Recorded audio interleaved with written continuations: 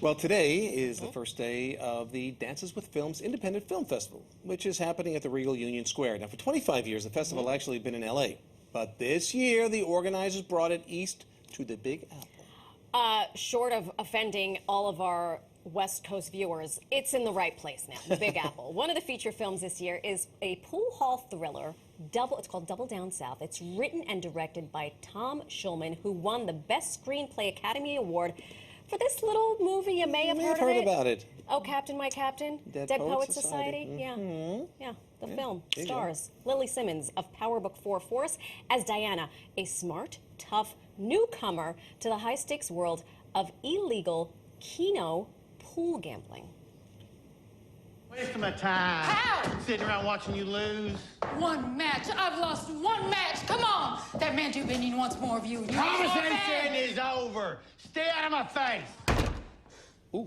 Dang. Well, say that. Tom and Lily, they join us both live now. Good morning, guys, and welcome to New York Living. Great to see you. Hi, how are you? We're great. I'm always shocked when I hear a good accent, especially when it's like a Southern accent, and then I hear your voice and you actually don't have that accent, so good job. Unfortunately, I have a Southern California accent in real life. Listen, I'll take it for all it's worth. First of all, thank you for joining us. Congratulations, not only on the movie, but on this film festival, which has moved to New York. Tom, I wonder if you could talk to us a little bit about the inspiration to make this movie. Well, the inspiration was a woman and a game called Keno Pool. When I was about 12 or 13 years old, I used to go to a pool hall in Nashville where I grew up.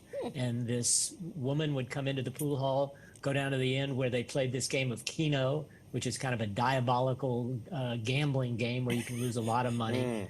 And she would fleece some of the guys down there. And all us young guys there would hang around the table hoping she'd, glance at us, which she never did. Aww. But so that was the inspiration for the movie. So sort of a pool hustling kind of concept, but you're mixing in Keno. Explain to people at home, and quite frankly to both of us, because I've never quite heard of this combination and how it works exactly. Keno, there's a board on the table. It's got a hole drilled in it for every ball in the rack, and there's a double hole in the middle. And when you break, if you can get a ball into the double hole, you win double the bet. Oh, wow. So if somebody's betting you $10 and you make a double, you take 20 off of them and you get to shoot again. And if you double again, you get 40 off of them. And you can keep doing that until you miss.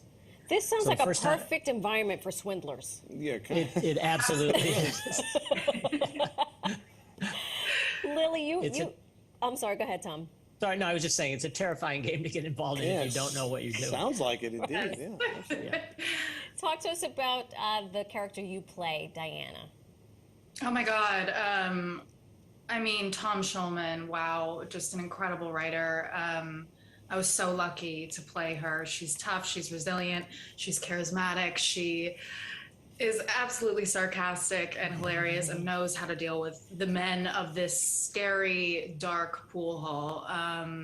And she's a survivor and she wants to save those around her. She's one of my favorite characters I've played in a long time. Sounds like a very layered character indeed. So, now, have you ever played Keno Pool before this movie? And did you have to train or work on your pool game at least? No, I absolutely had to train, thank goodness, for Tom's friend, Matt Craven. We did like a crash course in pool in general. So I actually looked like I knew what I was doing. But I have to say, I think I got, Tom, do you remember 5 doubles in real life?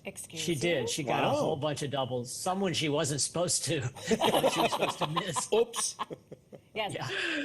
That's the epitome of I'd rather be lucky than good. Definitely improve my game. Right. Absolutely. Yeah. So what is it like working on the film? You mentioned Tom. We obviously know his accolades and his resume. What was it like on the set working on a movie of this magnitude? We already established you had to learn pool. You also had to master that accent. Take us behind the scenes, if you will. Oh, wow. We felt like we were at summer camp. It was so much fun. Everyone fell in love with each other. Everyone worked their butts off. Every single day we were there. It was incredible. We got to have a week's rehearsal before we started because we really only shot in one location. And so it almost felt like a play.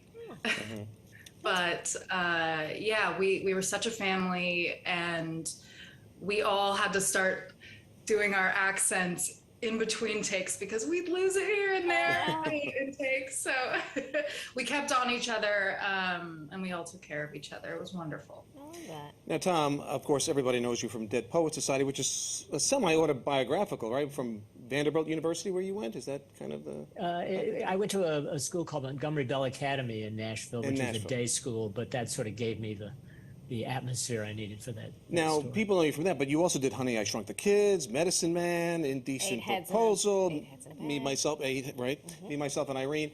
So in terms of genre, do you have one that you prefer, or maybe now at this point in your career you would prefer doing more than others? I don't know. I think I still love comedy, but I like all kinds of movies. So thrillers like this one, when the story hit me, just felt like, wow, got to do that. Yeah. Is there any dark comedy immersed in this, or it's kind of purely it's a thriller? Oh no, it's a thriller, but there's lots of dark comedy in there. It's yeah. We look forward to it. Fantastic. Thank you Thank you both both so for much. taking some time for us. Yeah. Congratulations. Thank you so much. And good luck. Appreciate it. Yeah. Okay, thank you.